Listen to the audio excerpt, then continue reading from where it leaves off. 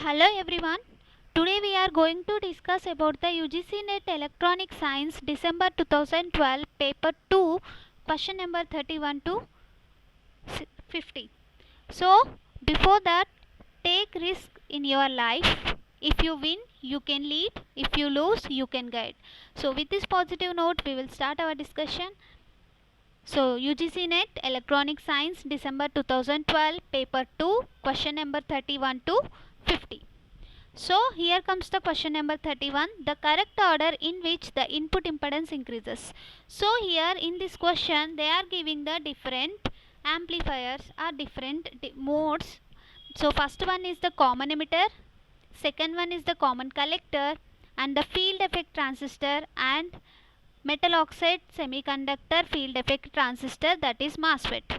So they are asking the correct order in which the input impedance is increases. So the CE mode, the common emitter mode, is having the less input impedance, that is in the order of 1 kilo ohm to certain kilo ohms only. And if you take the CC mode, that is common collector mode, you are having the more input impedance compared to the common collector mode, that is in the order of 100 kilo ohms. And if you take the FET field effect transistor, the input impedance is in the order of kilo ohms to mega ohms. And if you take the MOSFET, that is metal oxide semiconductor field effect transistor, the input impedance is in the order of mega ohms. So the correct order is CE mode, CC mode, FET and MOSFET. So the next question is the correct order in which the power dissipation in transistor in power amplifier decreases. So here they are giving the 4 power amplifiers. Those are class A, class B, class AB and class C. And in addition to these, we are having the class D power amplifier also. They are used for on-off non-linear switching. The class D power amplifier is used for on-off non-linear switching. And we know the few things about the class A amplifier. The class A amplifier is conducts for the 360 degrees, that is full cycle conduction. It is having the full cycle conduction.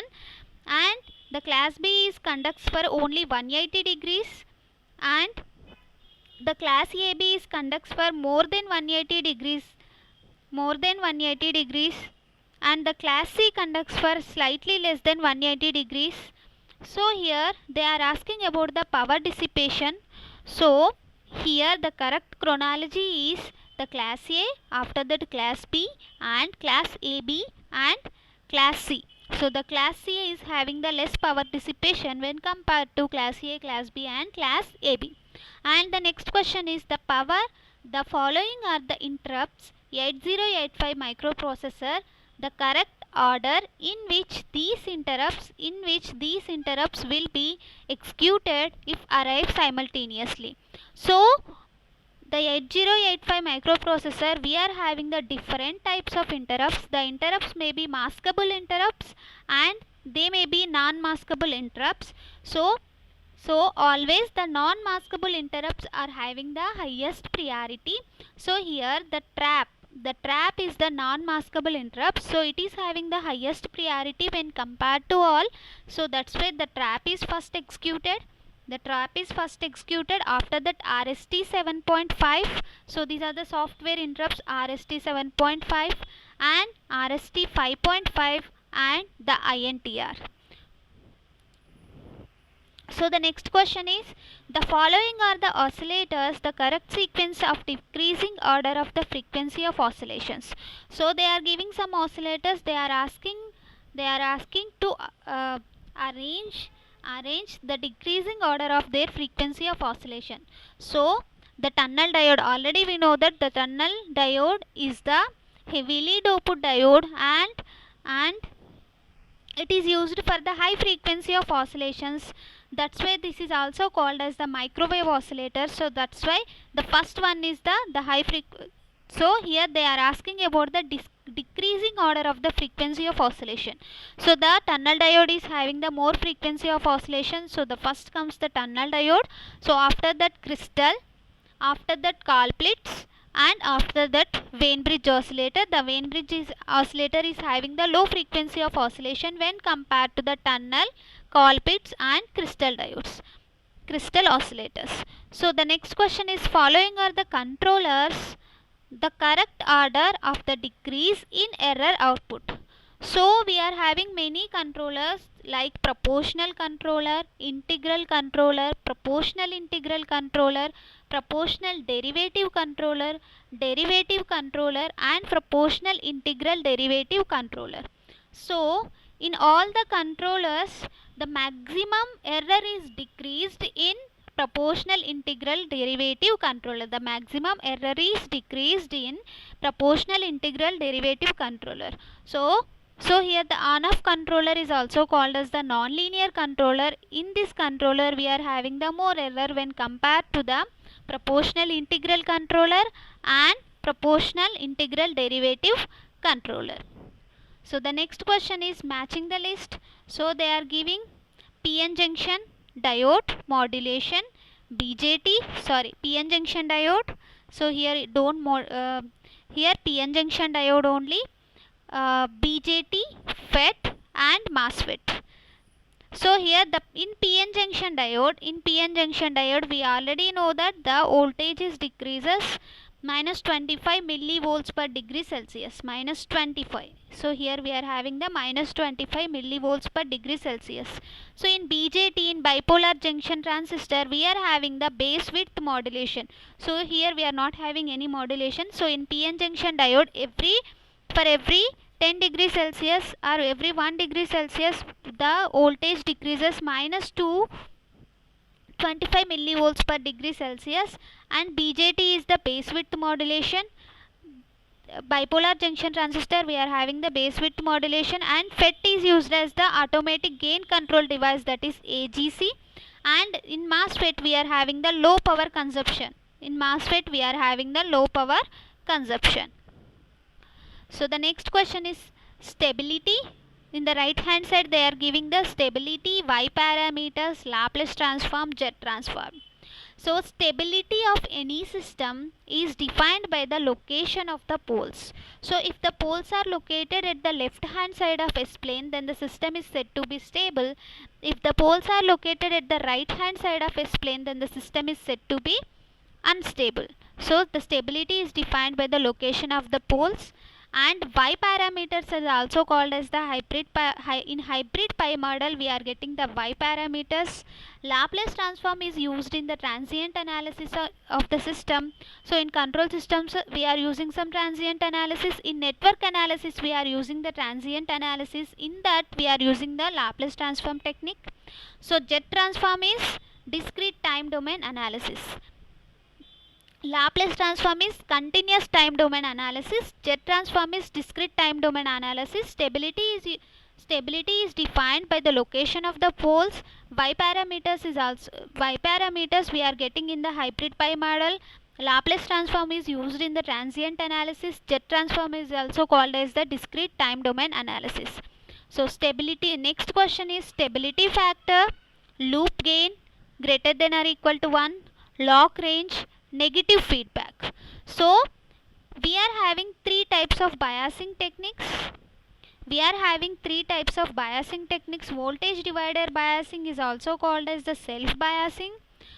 So fixed bias, collector to base bias and voltage divider bias. So biasing is nothing but we are applying some voltage, we are applying some external voltage to the circuit, that is said to be the biasing.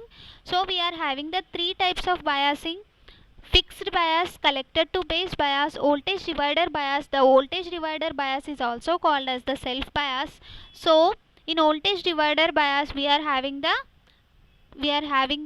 stability factor, good stability factor value. So the stability factor is matched with the voltage divider bias. So in oscillators the loop gain must be greater than or equal to 1, and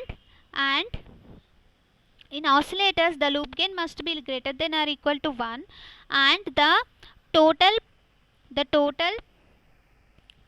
phase is 360 degrees or 0 degrees.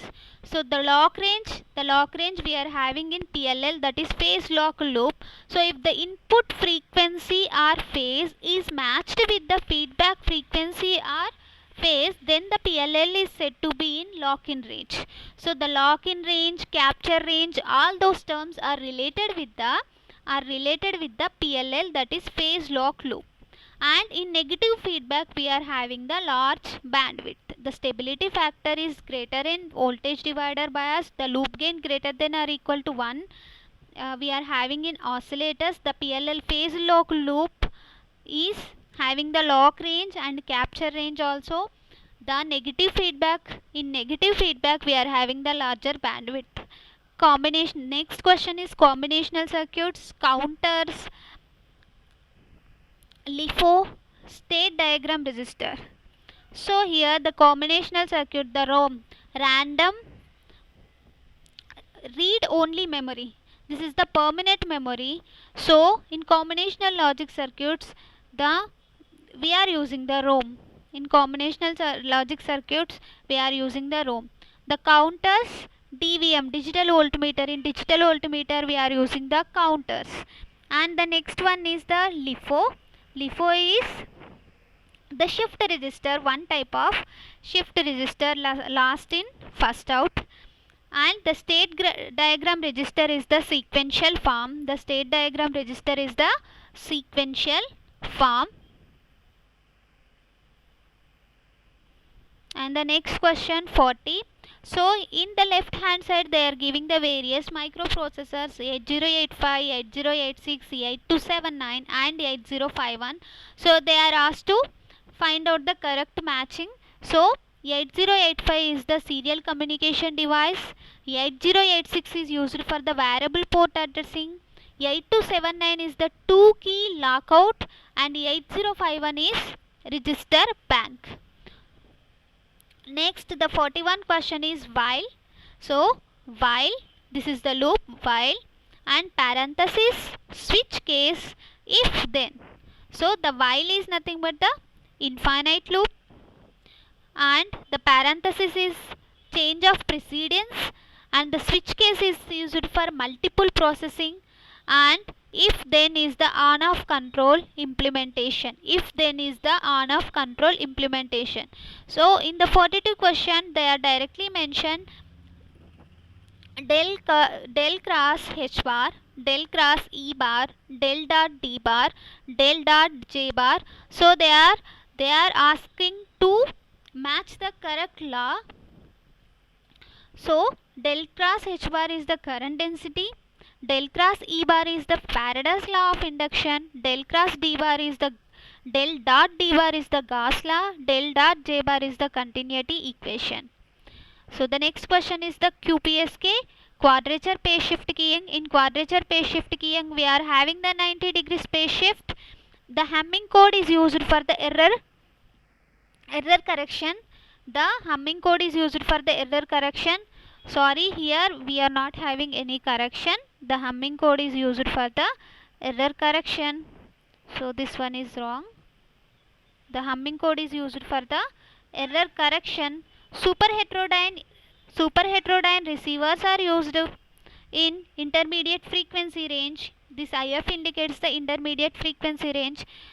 And the frequency modulation we are having the deviation factor. The next one is the 44th question. UJT is also called as the relaxation oscillator, and SMPS is used in the pulse width modulation. The relaxation oscillator is also called as the UJT. SMPS is used in the pulse width modulation. We are getting the population inversion in the laser, and the bidirectional control we are having in the TRIAC device. The bidirectional control we are having in the TRIAC device. And the next question is strain measurement, temperature measurement, Lissajous figures, and EMG. So already we know that the EMG is used in the biomedical signals, and Lissajous figures we are getting in the CRO. Temperature measurements in the PT100. Strain measurement we are doing by load cell. From question number 46 to 50 is the paragraph. So here they are giving the paragraph related to the measuring instruments, and they are asking some questions in the last. So just read out the passage and try to answer the questions. So many instruments require DC power of their operation. This power is available from the portable cells. However, the power output is low. Besides other problems, AC power is continuously and easily available, so it is convenient to use it. However, AC power must be converted into DC power. So here in this passage they are mentioning about the conversion of AC power to DC power. So in order to convert the AC power into DC power, we are using some devices. Those are called as the rectifiers. So the devices such as half wave, full wave and bridge rectifiers convert bidirectional voltage, that is nothing but AC voltage, into the unidirectional voltage. The unidirectional voltage is the DC voltage. So however, the output voltage has the higher these passages relates to the power supply. So in power supply, initially we are having the rectifiers. The rectifier will convert the bidirectional voltage, that is the AC voltage, into pulsating DC. So after pulsating DC, so here they are clearly mentioned unidirectional voltage. However, the output voltage has the ripple contents. So after the rectifier also we are getting some ripple contents, and in order to remove that ripple contents we are using some filters. So filters are used to repel significantly. Various filter circuits are used. Those are L, inductor filter, capacitor filter, inductor and capacitor filter, and pi filter, CLC. So the power supply with rectifier and filter, still it is unregulated. So initially in power supply we are having the rectifier. This rectifier circuit will convert the AC voltage into the pulsating DC, and after that we are having some filter circuit. This filter circuit convert the pulsating DC into some ripple content DC, and these ripples will be, so the output of such power supply varies with variations in it. These ripples can be eliminated by the usage of some regulators. So the output of such power supplies varies with the variations in AC main voltage, load current and temperature. So in order to maintain the output at constant levels, voltage or current regulation is necessary. So after the rectifier we are using the filters. After the filters we are using some regulators. So voltage or current regulation is necessary. This is obtained by using the series or shunt feedback in addition to the regulation. So the power supply also requires the protection. Example, overload, overcurrent or short circuit protection. So pre-regulation is also carried out to improve the stability. So regulators can be designed. So these regulators can be connected in shunt or series. So the regulators can be designed by using the discrete components. However, IC regulators are also available. These regulators having facilities like voltage or current boosting, thermal shutdown, floating point to facilitate higher output voltage, and switching regulator to reduce the power dissipation. So the regulators having the specific characteristics, those are voltage or current boosting, thermal shutdown, floating point to facilitate higher output voltage, switching regulators to reduce the power dissipation. So the questions they are given like that. The 47 question is, in low voltage low current model, IC 723 gives the output voltage in the range of 2 to 7 volts. The minimum, next question, the minimum supply voltage to operate IC 785. So here IC 725 is the voltage regulator. It can be used as either positive voltage regulator or negative voltage regulator. So it is having the voltage range of 2 to 7 volts. The minimum supply voltage to operate IC 785 is the 25 volts. For a DC output voltage of 30 volts from a full wave rectifier, the peak inverse voltage rating of the diode should be minimum, that is 100 volts. The critical inductance in mains power supply ensures that the current through L never becomes 0. For this, the critical value of inductance is calculated by RL by 942. And the 50 Question number 50 is, in series pass voltage regulator, the function of the Zener diode is the voltage comparator. So the Zener diode is mainly used as the voltage regulator. So we are having the different types of voltage regulator ICs. The voltage regulator IC may be 78 series, 78 series and 79 series and IC 723 and so on. So hope you understood something. So thank you all.